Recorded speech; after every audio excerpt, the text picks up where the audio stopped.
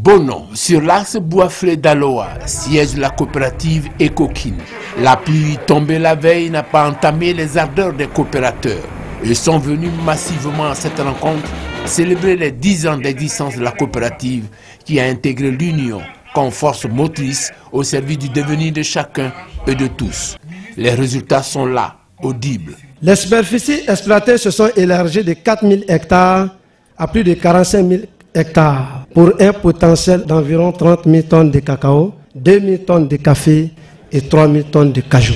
L'union est passée de 4 coopératives avec 1244 producteurs au départ à 23 sociétés coopératives membres avec un total de 11 859 producteurs. Le nombre des employés est passé de 38 emplois permanents pour atteindre à ce jour 203 emplois permanents et environ 500 emplois occasionnels.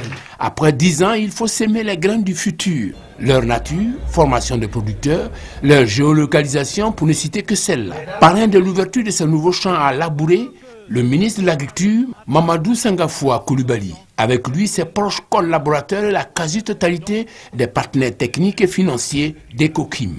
Le parrain est heureux pour cet exemple qui doit faire école. C'est dans le sérieux, dans l'organisation, que dans le travail qu'on a la récompense, qu'on a le résultat. Pendant que certaines coopératives attendent du gouvernement des subventions, certaines appellent le gouvernement pour faire des dons au gouvernement. Il a saisi cette occasion pour interpeller les banquiers. Ils sont nombreux, les femmes et les hommes qui ont de l'imagination, qui ont de la volonté et qui veulent faire quelque chose dans l'agriculture, dans les services, dans la transformation, dans le transport, mais hélas, qui manquent de financement.